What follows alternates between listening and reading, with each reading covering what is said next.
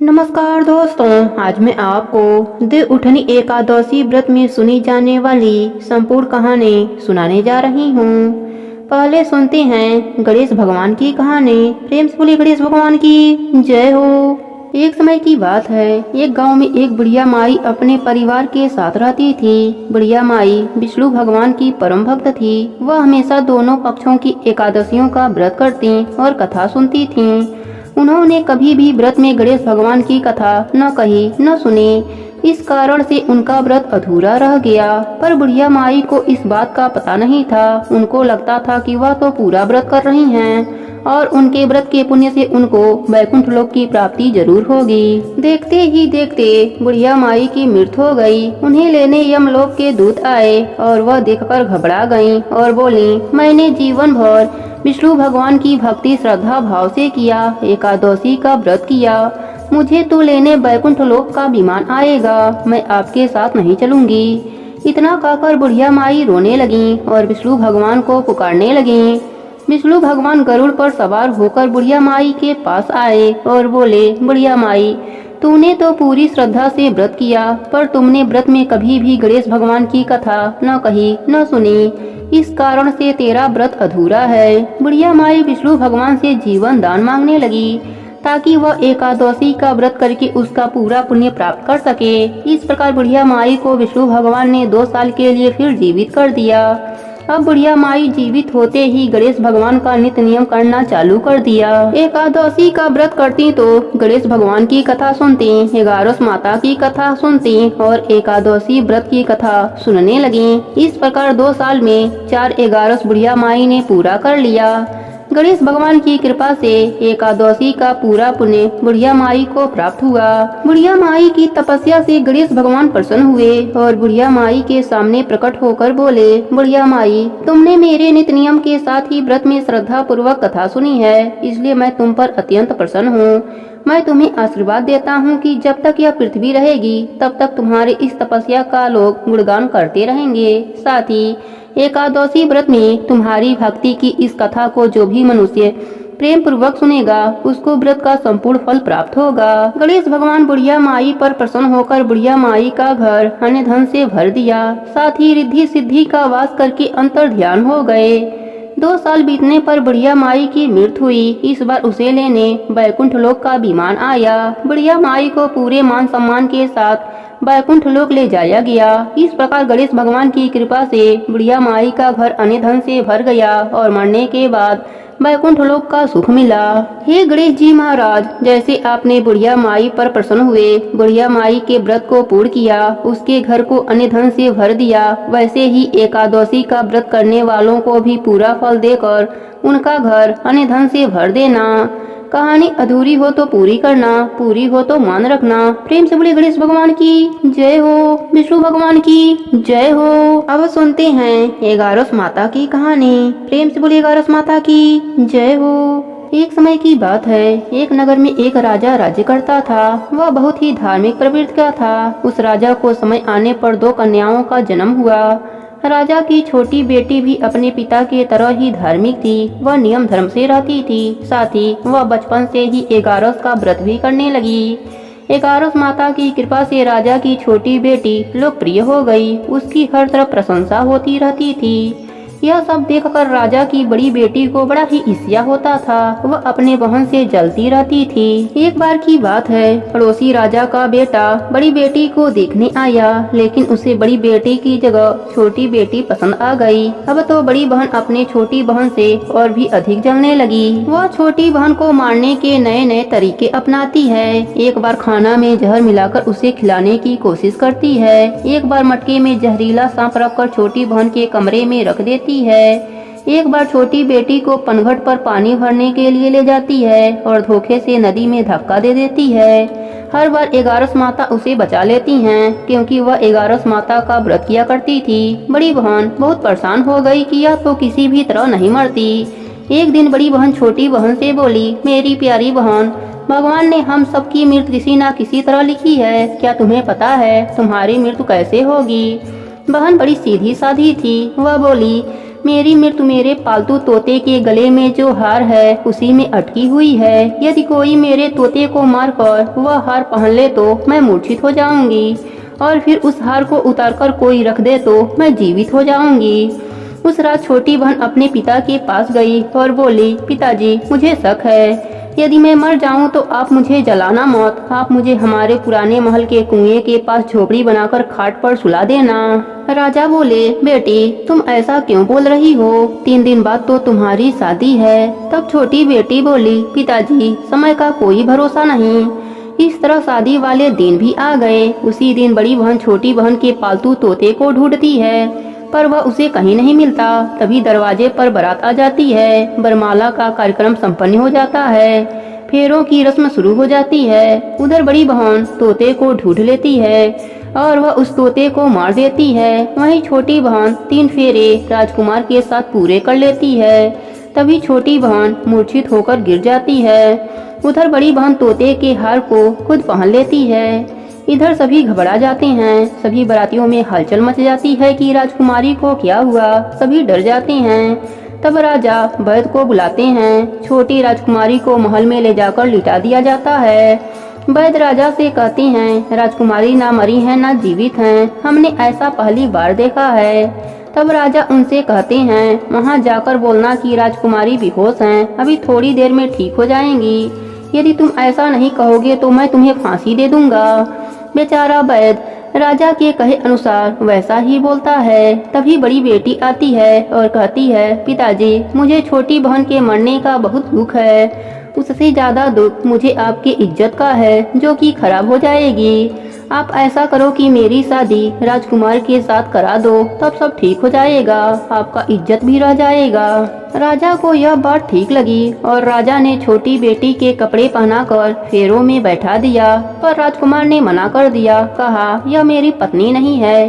मेरी पत्नी जब बोलती है उसके मुख से फूल झड़ते हैं। लेकिन सबने समझा बुझाकर उससे 4 फेरे लगवा दिए। बड़ी राजकुमारी ससुराल आ गई तो राजकुमार ना तो उनसे बात करते थे, ना ही उनके हाथ से पानी पीते थे और ना ही उनके हाथ का बनाया हुआ खाना खाते थे।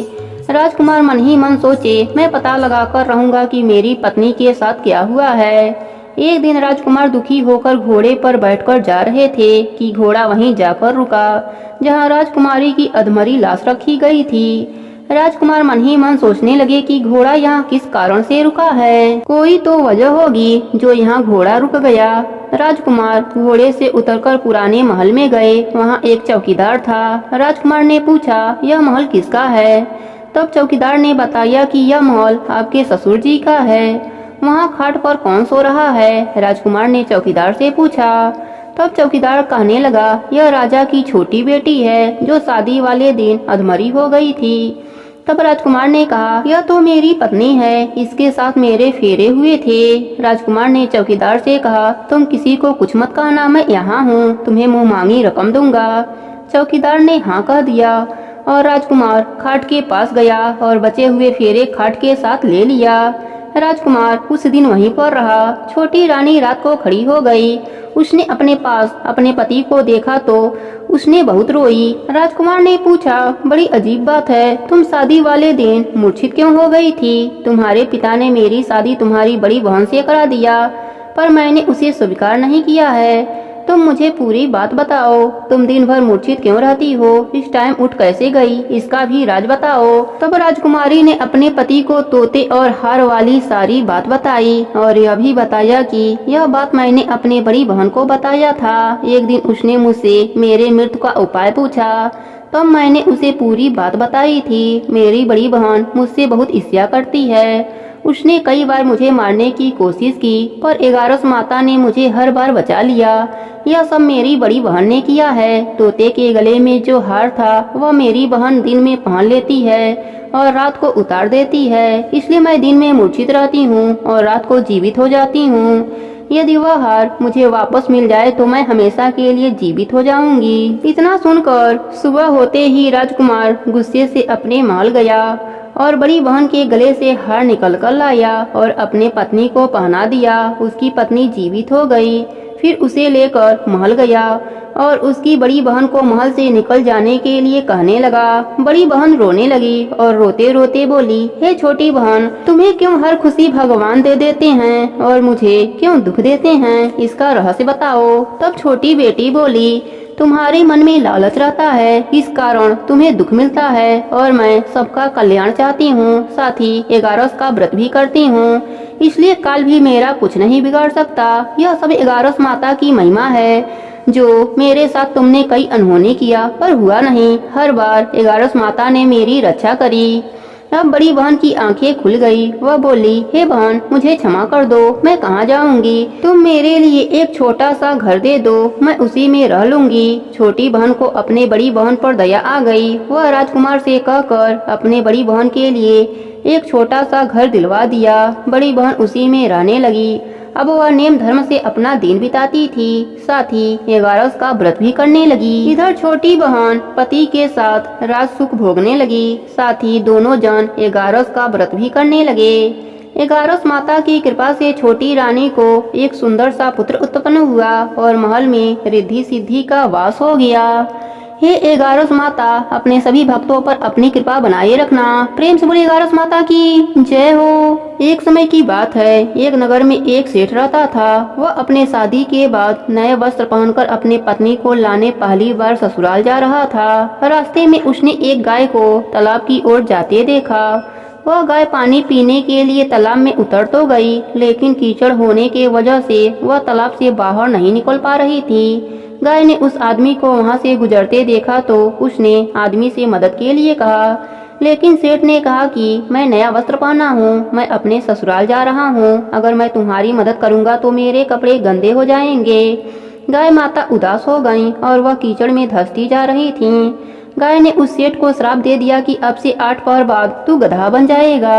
अब वह सेठ डर गया और गाय से अपने भूल के लिए क्षमा मांगने लगा, लेकिन तब तक गाय पूरी तरह पानी में डूब चुकी थी। वह सेठ पछताता हुआ उदास मन से अपने ससुराल पहुंचा। जाते ही उसने अपने पत्नी को ले जाने की रट लगा दी। सभी ने उसे बहुत आग्रह किया कि अभी तो तुम आए हो, कम से कम एक रात यहाँ रुक जाओ, लेकिन वह रुकने के लिए तैयार नहीं था। तब उसकी पत्नी ने कहा कि जब सभी लोग इतना कह रहे हैं तो आप एक दिन के लिए क्यों नहीं रुक जाते। तब उसने अपने पत्नी को गाय के श्राप वाली बात बताई। उसकी पत्नी उसी वक्त अपने मायके से विदा लेकर पति के साथ चल पड़ी। 8 पहर बाद वह आदमी गधा बन गया और पूरा दिन घर में पड़ा रहता। कुछ दिनों के बाद घर में खाने पीने के लाले पड़ गए। तब उसने अपने पत्नी से कहा कि मुझे लेकर बाहर मजदूरी करो।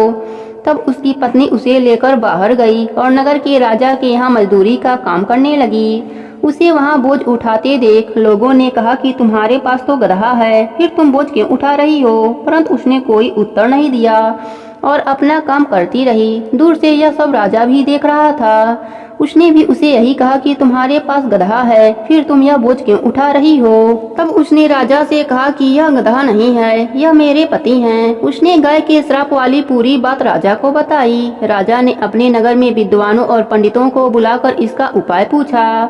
तब एक विद्वान ने बताया कि जिस किसी ने 101 11 का व्रत किया हो वह अपने पुण्य का फल इसे दे दे तो यह अपने असली रूप में आ सकता है। यहाँ हम आपको 11 का अर्थ स्पष्ट कर देते हैं। 11 एकादशी व्रत रखने पर 1 11 पूरा होता है और 22 एकादशी का व्रत रखने पर 2 11 पूरा होता है। ऐसे ही जिसने 101 बार 11 एकादशी के व्रत किए हों उसके पुण्य के फल से वह आदमी अपने असली रूप में आ जाएगा।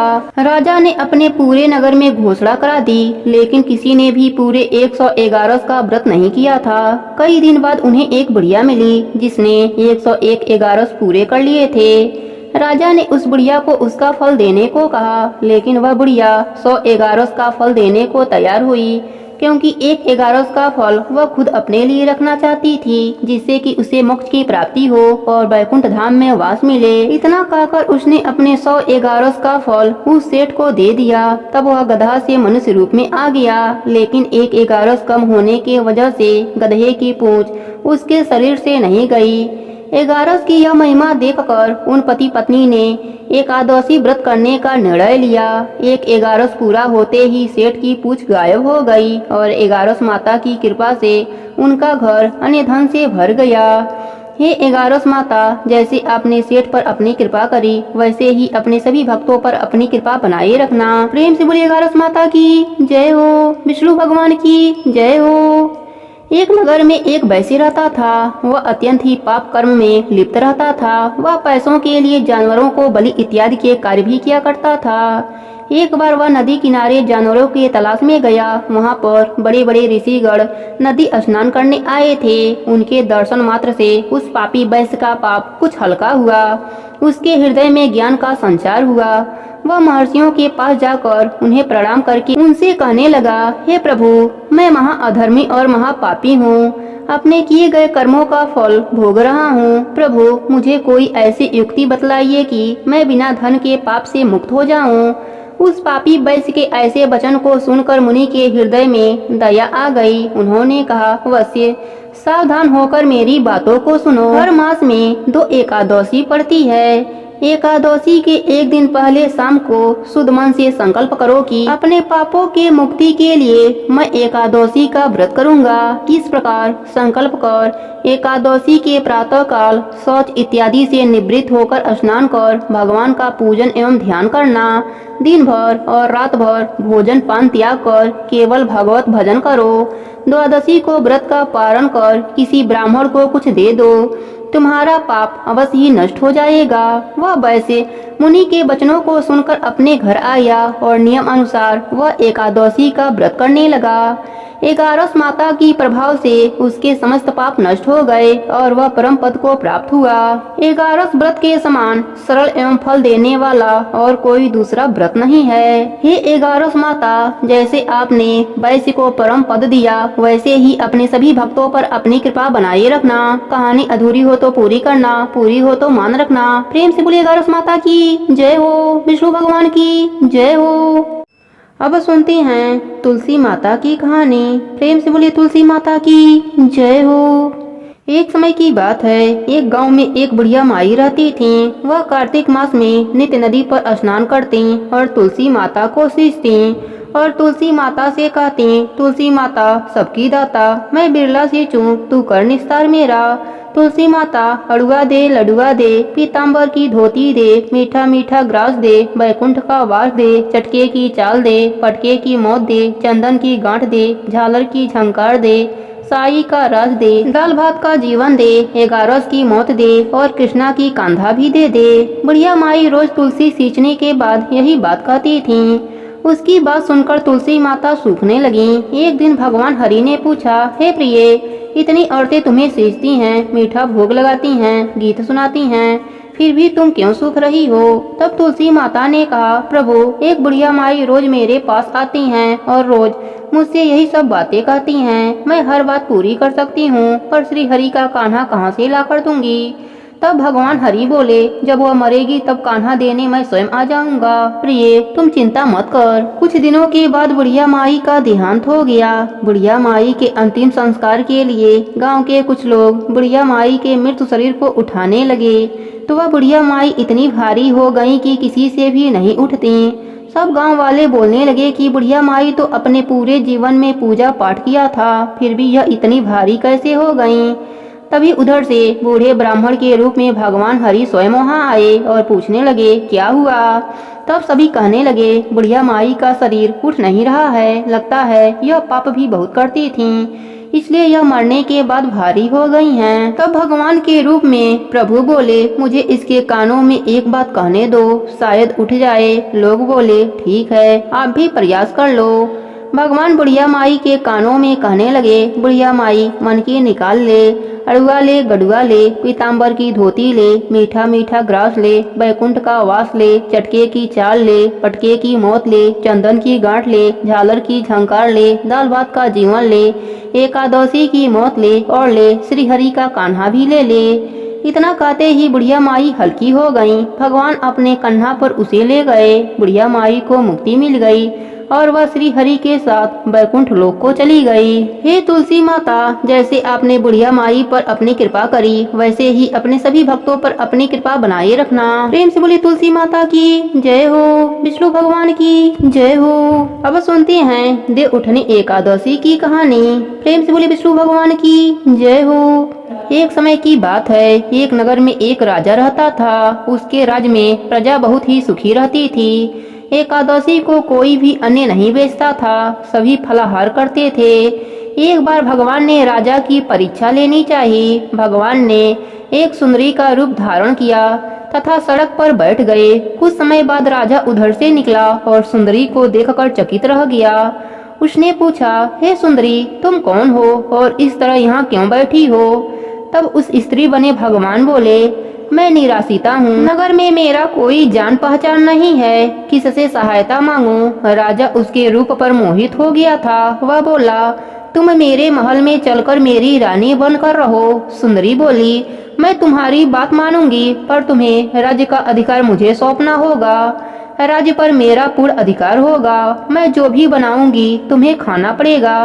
राजा उसके रूप पर मोहित था, उसकी सभी शर्तें स्वीकार कर लिया। अगले दिन देव उठनी एकादशी थी। रानी ने हुक्म दिया कि बाजारों में अन्य दिनों की तरह अन्न बेचा जाए। उसने घर में मांस मछली पकवाया और एक थाली में परोसकर राजा को खाने के लिए कहा। यह देखकर राजा बोला, रानी, आज तो देव उठनी एकादशी है, मैं तो केवल फलाहार ही करूंगा। तब रानी ने शर्त याद दिलाई और बोली, या तो खाना खाओ, नहीं तो मैं बड़े राजकुमार का सिर काट दूंगी। राजा ने अपनी स्थिति बड़ी रानी से कही। तब बड़ी रानी बोली, महाराज, अपना धर्म मत छोड़िए, बड़े राजकुमार का सिर दे दीजिए। पुत्र तो फिर मिल जाएगा, पर धर्म नहीं मिलेगा। इसी दौरान बड़ा राजकुमार खेलकर आ गया। माँ की आंखों में आंसू देखकर वह रोने का कारण पूछने लगा।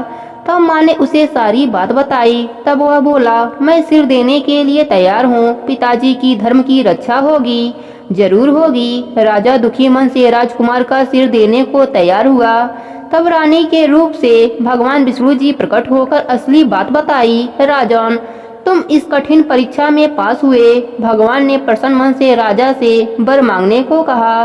तब राजा बोला, आपका दिया सब कुछ है, हमारा उद्धार कीजिए। उसी समय वहाँ एक विमान उतरा। राजा ने अपना राज्य पुत्र को सौंपकर और विमान में बैठकर परम धाम को चले गए। हे विष्णु भगवान, जैसे आपने राजा का उद्धार किया, वैसे ही अपने सभी भक्तों पर अपनी कृपा बनाए रखना।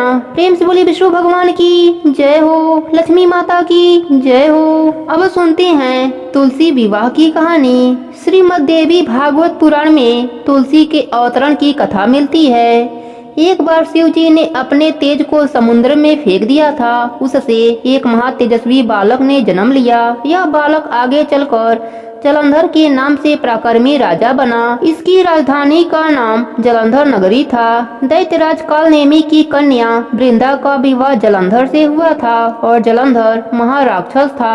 वह माता लक्ष्मी को पाने की कामना से उनसे युद्ध किया, परंतु समुद्र से ही उत्पन्न होने के कारण माता लक्ष्मी ने उसे अपने भाई के रूप में स्वीकार किया। वहां से पराजित होकर वह देवी पार्वती को पाने की लालसा से कैलाश पर्वत पर गया। भगवान देवाधिदेव शिव जी का ही रूप धारण कर माता पार्वती जी के समीप गया, परंतु माता ने उसे पहचान लिया और वहां से अंतर ध्यान हो गयी और देवी पार्वती क्रोधित होकर सारा वृतांत विष्णु भगवान को सुनाया। जलंधर की पत्नी वृंदा अत्यंत पतिव्रता स्त्री थी। उसी के पतिव्रत शक्ति से जलंधर न तो मारा जाता था और न ही पराजित होता था। इसलिए जलंधर का नाश करने के लिए वृंदा के पतिव्रता धर्म को भंग करना बहुत ही जरूरी था। इसी कारण भगवान विष्णु ऋषि का भेष धारण करके वन में जा पहुँचते हैं। वहाँ वृंदा अकेली भ्रमण कर रही थी। भगवान के साथ दो मायावी राक्षस भी थे, जिन्हें देखकर वृंदा भयभीत हो गई। ऋषि ने वृंदा के सामने पल भर में दोनों को भस्म कर दिया। उनकी शक्ति देखकर वृंदा ने कैलाश पर्वत पर महादेव जी के साथ युद्ध कर रहे अपने पति जलंधर के बारे में पूछा। ऋषि ने अपनी माया जाल से दो बंदर प्रकट किए। एक बंदर के हाथ में जलंधर का सिर था और दूसरे हाथ में धड़ था। अपने पति की यह दशा देखकर वृंदा मूर्छित होकर गिर पड़ी होश में आने पर उसने ऋषि रूपी भगवान से विनती की वह उसके पति को जीवित कर दें। भगवान ने अपने माया से पुनः जलंधर का सिर धड़ से जोड़ दिया, परंतु वह उसी के शरीर में प्रवेश कर गए। वृंदा को इस छल का जरा भी पता नहीं चला। जलंधर बने भगवान के साथ वृंदा पतिव्रता का व्यवहार करने लगी, जिससे उसका अस्तित्व भंग हो गया। ऐसा करते ही वृंदा का पति जलंधर युद्ध में हार गया और वह मारा गया। जब इस छल का पता वृंदा को चला तो उसने क्रोधित होकर भगवान विष्णु को शिला होने का श्राप दे दिया तथा स्वयं सती हो गई। जहाँ वृंदा भस्म हुई वहाँ तुलसी का पौधा उगा। भगवान विष्णु ने वृंदा से कहा, हे वृंदा, तुम अपने अस्तित्व के कारण मुझे लक्ष्मी से भी प्रिय हो गई हो। अब तुम तुलसी के रूप में सदा मेरे साथ रहोगी। जो मनुष्य दे उठनी एकादशी के दिन मेरे शालिग्राम रूप के साथ तुलसी का विवाह करेगा उसे इस लोक और परलोक में यश कीर्ति प्राप्त होगा। जिस घर में तुलसी होता है वहाँ यम के दूत भी असमय नहीं जाते। गंगा व नर्मदा के जल में स्नान तथा तुलसी का पूजन बराबर माना जाता है। चाहे मनुष्य जितना भी पापी क्यों ना हो, परंतु मृत्यु के समय गंगा और तुलसी मुख में रख देने से वह पापों से मुक्त होकर वैकुंठ को प्राप्त हो जाता है। जो मनुष्य तुलसी के छाया में अपने पितरों का श्राद्ध करता है उसके पितर मोक्ष को प्राप्त कर लेते हैं। जिस भी कामना से तुलसी माता की पूजा किया जाता है, तुलसी माता की कथा सुना जाता है, वह सब कामना पूरी हो जाती है। प्रेम से बोले तुलसी माता की जय हो, विष्णु भगवान की जय हो। अब सुनते हैं व्रत को पूर्ण करने वाले गणेश भगवान की कहानी। प्रेम से बोले गणेश भगवान की जय हो। एक समय की बात है, एक गांव में एक किसान रहता था। उसकी दो बेटियां थीं, कमला और बिमला। कमला की शादी अमीर परिवार में हुई थी, पर बिमला की शादी गरीब परिवार में हुई थी। अमीर होने के कारण कमला घमंडी हो गई थी। उसने बिमला को अपने घर पर काम पर रख लिया। बिमला उसके घर का सारा काम करती और बदले में कमला उसे बचा हुआ खाना दे देती थी। बिमला सीधी साधी थी, नेम धर्म से रहती थी, साथ ही गणेश भगवान का नित्य नियम भी निभाती थी। वह जो भी खाना लाती उसको पहले गणेश भगवान को भोग लगाती, उसके बाद ही वह खाती या अपने परिवार को देती थी। एक दिन कमला के घर में खाना नहीं बचा। बिमला ने जंगल से कुछ आंवले तोड़े, उसे उबालकर उसने पहले गणेश भगवान को भोग लगाया, फिर बचा हुआ खाकर सो गई। उसी रात गणेश भगवान ने उसकी भक्ति की परीक्षा लेनी चाहिए।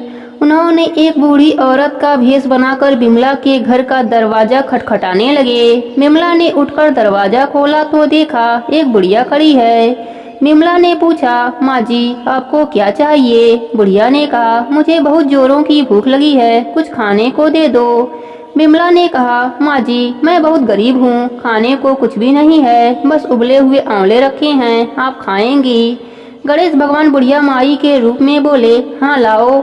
तब बिमला ने भोग में चढ़ाए हुए आंवले बुढ़िया माई को खाने के लिए दे दिया। खाने के बाद बुढ़िया माई घर जाने में असमर्था दिखाई। तब बिमला बोली, आप चिंता मत कीजिए, आज आप यहीं पर सो जाइए, कल सवेरे चली जाना। बुढ़िया माई वहीं सो गईं। थोड़ी देर बाद बुढ़िया माई की नींद खुल गई। उन्होंने कहा, बेटी मेरा पेट खराब हो गया है। बिमला ने कहा, आप अंधेरे में कहाँ जाएंगी, यहीं किसी कोने में निपट लीजिए और अपना हाथ मेरे बालों में पोंछ लीजिए, सुबह उठकर मैं साफ कर लूंगी। बुढ़िया माई ने वैसा ही किया। जब सुबह हुई तो बुढ़िया माई वहाँ नहीं थी। बिमला को लगा शायद मैंने सपना देखा होगा। ऐसा सोचकर वह नहाने के लिए तालाब की ओर चली गई। जब वह नहाने लगी तो उसके बालों से सोना झड़ने लगा। आसपास के लोग देखकर हैरान हो गए। अब बिमला को रात की बात याद आई। वह दौड़ी दौड़ी घर आई। घर आकर उसने देखा कि घर के अंदर चारों ओर सोने के सिक्के बिखरे पड़े हैं। वह खुश होकर गणेश भगवान की जयकारा लगाने लगी। उसने अपने बेटे को मौसी के घर से तराजू लाने के लिए भेजा। उसका बेटा मौसी के पास जाकर तराजू मांगने लगा। मौसी ने पूछा, तराजू का क्या करेगा? बच्चा भोला था। उसने बताया, माँ सोने का सिक्का नापेगी। कमला ने कहा, घर में खाने को दाना नहीं और सोना नापने की बात कर रहे हो। सच्चाई का पता लगाने के लिए वह तराजू के नीचे लट्ठा लगा दिया। बच्चा तराजू लेकर चला गया। जब सोना नापने का काम खत्म हो गया तो तराजू मौसी को लौटाने आया। कमला ने तराजू को उलट पुलट कर देखा तो उसके पीछे एक सोने का सिक्का चिपका हुआ मिला। वह हैरान रह गई और उसे विश्वास हो गया कि बिमला बहुत धनी हो गई है, इसलिए काम पर भी नहीं आई। वह दौड़ी दौड़ी बहन के घर पहुंची और उससे पूछा, तुम्हारे पास इतना धन कहाँ से आया? बिमला सरल स्वभाव की थी, उसने सारी बातें अपने बहन को बता दिया। कमला को लालच आ गया। कमला लालच बस गणेश भगवान का नित्य नियम निभाने लगी और रोज जंगली आंवले का गणेश भगवान को भोग लगाने लगी। एक दिन गणेश भगवान उसे सबक सिखाने के लिए बूढ़ी औरत का भेष धरकर उसके घर गए। वह बुढ़िया माई को बैठाकर वही उबला हुआ आंवला दिया। आंवला खाकर बुढ़िया माई का पेट खराब हो गया। उन्होंने कमला के सारे घर को गंदा कर दिया। जब सुबह कमला की नींद खुली तो उसने देखा सारा घर गंदगी से भरा पड़ा है और बदबू कर रहा है। कमला गंदगी को साफ करने लगी पर गंदगी बढ़ती ही जा रही थी। वह परेशान होकर बिमला के घर गई। उसने बिमला को सारी बात बताई। बिमला ने कहा, तुम्हारे पास खाने का इतना सामान था, फिर भी तुमने उबले हुए आंवले गणेश भगवान को खिलाए। इसी कारण गणेश भगवान का कोप तुम पर हुआ है। कमला को अपनी गलती का एहसास हो गया। वह गणेश भगवान से क्षमा मांगने लगी। गणेश जी ने उसको माफ कर दिया और अपनी माया समेट लिया। हे गणेश जी महाराज, जैसे आपने बिमला पर अपनी कृपा करी, वैसे ही अपने सभी भक्तों पर अपनी कृपा बनाए रखना।